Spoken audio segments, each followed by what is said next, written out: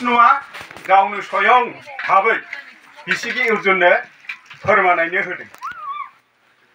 नुयैयावथ' जेबो ध्यान जाया होमबा जों नुयैखौ माबोरै फोथायनो होननानै बिसिगि अर्जुननि सोंनाय दा बे कृष्णआ होनदों आंनो स्वयं नों माने फोथायनो हायाखै आंनो स्वयं निजेस्व सुर्य नारायण गसाया बेबायदि होननानै श्री कृष्णआनो गावनो खिन्थाहरदों होमबा नोंजों आंजों अनेक खेब थैलाय उजिलाय जोनोम लाबोबाय नों बेखौ मिथिनो हाया बेबायदि फावथिनाखौ आंसो मिथिगौ होननानै बेबायदि जोंहा बै परम कल्याण गीतायाव जेब्ला कृष्णआ खोन्थानाय राव दं आरोखि होमबा जोङो बै खालि बे मुर्तिफोरखौल' मुसुखाफोरखौल' जोङो दा किसुमान मानसिफ्रा फोथायब्रेनानै खुलुमनो लागासिनो दं बा खुलुमो नाथाय स्वयं कृष्णआनो गावनो खिन्थाबाय गावनो बुंबाय सुर्य नारायण गसाया आंनो होननानै होमबालाय जों मानोथो दाबो माने जोंनि फोथायनायखौ क्लियार जानो रोङा जाय जिनिसा थैनो रोङा जामनो रोङा जिनो रोङा गोमोरनो रोङा बे जिनिसखौनो खिन्थालांखाबायब्ला जोंबो दहाय खिन्थालांखाबाय मा बुस्थु बिलाय गोमोरनो रोङा जामनो रोङा हा बेफोर बुस्थुआ मा बेफोर बुस्थुआनो गोदोनिफ्राय जा दं दाबो दं देनांबो थाबाय थागोन होननानै बुंखाबायना बेनो जाहैबाय हा दै बार अर अख्रां हाथरखि अखाफोर सान बेनि अनगाथ' जेबो गैला होननानै खिन्थाखादों बे गोदोनिफ्रायनो जा दं बेनो दं दाबो बेनो दं देनांबो थाबाय थानांगोन बे नङाबानो जाया होननानै बुंखाबायना होमबा जोङो एसेयावबो मानो दासिमबो जोंनि मानसिया गोनो गोथोआवनो थाबाय थानांगौ जाय हक बे सैथोखौ खिन्थालांबायब्ला जों बेखौनो मानिनाया मोजां दा बे उल्थाफानि बायदियावबो जायफ्रा फैदों गोदान हिसाबै आं दहाय खोन्थानायनि रावा बेनो जोंनि स्वरुप स्थितिनि माबाखौ जों बहाय नुफेराखैमोन खोनाफेराखैमोन दहाय एसे आगुआवनो जोंहा बे धीरेन बाबाखौ एसे बिबुंथि लानो होदों बे धीरेन बाबाया कार्बि आंलंनि मानसि दा बे बाबाया बेवहाय कार्बि आंलंआव जि सत्यखौ खोनादोंमोन जि दैखौ लोंनानै बियो गोजोन मोनबोदोंमोन बे बाबाया बे जायगायावनो बे सत्यखौनो गनायनानै दं बे सत्यखौनो बियो फोथायनानै दं बे दै गांगा होग्रा दैखौनो बे बाबायाबो लोंनो लुबैनानै जोंनाव खबर लाहरदों खबर लाहरनानै बेनिफ्राय दानिया आंबो जाने बे दनेल बाबा बे जोंनि कारिगाव प्राइमारि मन्दिराव एसे डनार हिसाबै 5,000 थाखा सान्दा होफैदोंमोन आरो अब्ला आं बे बाबानो खिन्थादों बोले बाबा एरखम जे उल्थाफानियाव एरखम गोदान मानसि दंफैयो बे बाबामोनहा जोंनि स्वरुप स्थितिखौनो मोजां मोनोनो एसे खबर लाजागोन नामा नै बिदि होननानै बे बाबानो माबानाय जादों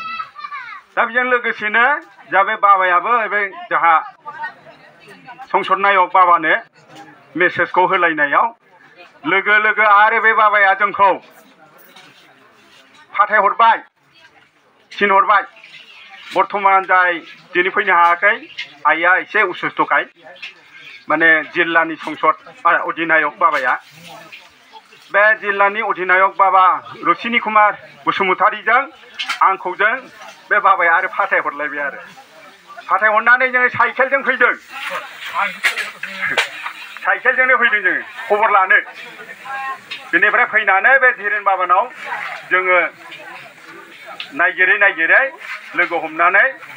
नै उनावहाय बे थारिख खालायलायनानै बे खन्थाइगुरिनि माबाखौ गायसंलायनायानो जाहैदों आरोखि जाय हक बिराद मोजां जादों बेखौ गायसंनो हानानै ओमफ्राय जोंहा नै दिनैबो बे दावांपारायाव जे मोनसे आनसलिक माबानो हाबाय बेयो बिराद मोजांनि बाथ्रा दा जोंनि मानसियासो मा रोखोमै दावगालांनो हागोन जा बेखौसो साननो गोनां दङ आरो जायफ्रा बुजियो साननो हायो बे बाबामोनाथ' फैखागोन गतिके बे बाबामोनखौ जोङो माने गुबुनफ्रा जेरखम माने जगाजग लाबाय थायो जोंनि मानसिया बेबायदिनो जगाजग लालायोब्ला मोजां जागोन नामा दिनैनि बे जिहेतु प्रग्राम बे प्रग्रामखौ बिसेस करे जोंहा धीरेन बाबाया जोंनो खोन्थाहराखै आं एसे दाख्लै बुंहरदों गावखौ जोंखौबो एसे सिगां खोन्थाहरबा जायोमोन नङालै बाबा जोंहा बे संसद नायगानो एखेबारे देन देयार माबा लाबाय जाबाय दे होमबालाय जाबाय जाय गाज्रि जामोनलाय बेनिफ्राय जेरैबाबो थांथारगोन जाहैबाय आरो ओमफ्राय जोंहा बे बाबानि नाजानायावनो जोंनि कारिगावआ प्राइमारिल'मोन आरो बे प्राइमारियाबो गुरुबासानिफ्रायसो जोङो एरिया गुवार हिसाबै गावस्राबोनानै क'क्राझार जिल्ला दानाय जादों निस्सय बाबामोनहा अबगथ नङा दाबो क'क्राझार जिल्लाया बोरै जादों क'क्राझार जिल्लाया नील स्वरूप स्थितिया गैया ओजों मिथिङाव थाङोब्ला जे बबे जिल्लानिफ्राय बेसेबां फैखो होनोब्ला जों चिरां जिल्लाजों गसंफानांगौ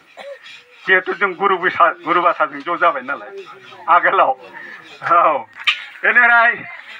लासै लासैनो जों लाजिदबनाय फैलायबाय जों क'क्राझारनिसो मानसि जाबाय ओरै मालाय गसाइगावआबो गसाइगाव जिल्ला जाबाय मालाय गसाइगाव जिल्ला होनबानो बिस्रा गसंबाय ओरै क'क्राझारावथ' मख'जाया दे होमबालाय बे माबानानै जिल्ला दाजायो नामा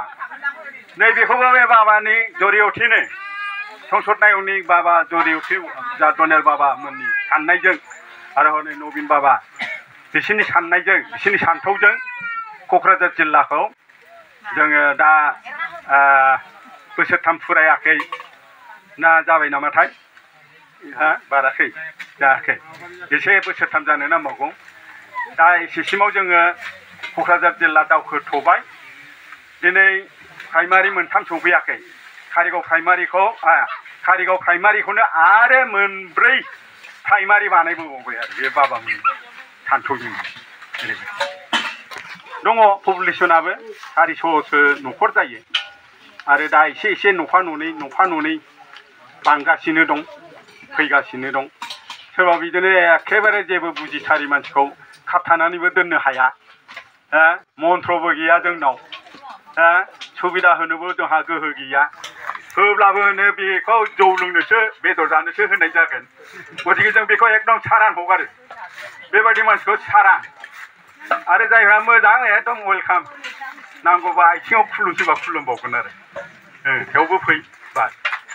दा नफा ननै दङ माने बेखौ जों उनाव जोंनियाव कनफारेन्सफ्राव बाबामोनहा हयथ' नुजाफैयोब्ला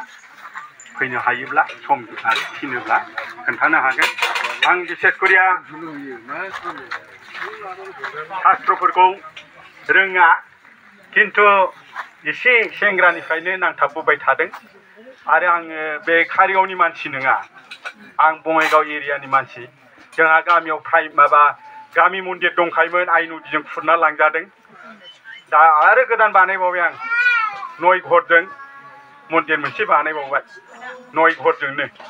हाफ वाल होनानै दोनदों होननानै बाबाया दाख्लै बन एसे लायदोंमोन बे बाबाया नुबोबाय गामिनि मन्दिरखौ ओरैनो नय घरनि नालाय फिसा खेफ्लाफ्ला दा बाथ्रायाव दङ आं बेखौनो खावलायदों मानसिया नाजायोब्ला मानो हाया बेलाय हागोन आरो ओरैनो खोथायाव दंना रायजे नक जखारिले नय बय ओरै हाजोआवबो उल्था दावखो होनो हायो होनबावदों आरोबाव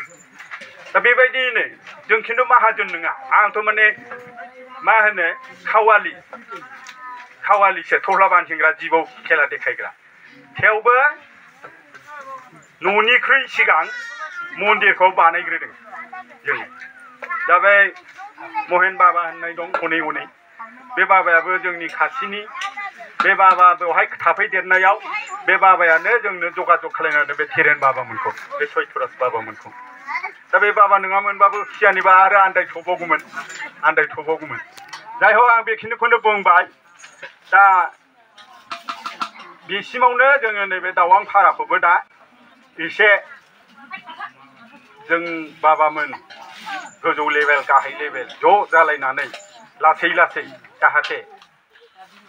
सिमांखौ मोगथां खालायलांनो हायो बेनि थाखायनो आसा थिनानै पुर्नपर ब्रह्म ज्योतिषर आफा इसोरनाव खर' गंग्लायनानै दिनैनि आंनि बे सुंद' बिबुंथि होनायाव माबाफोर गोरोन्थि जादोंब्ला बेखौ निमाहा होनानै आं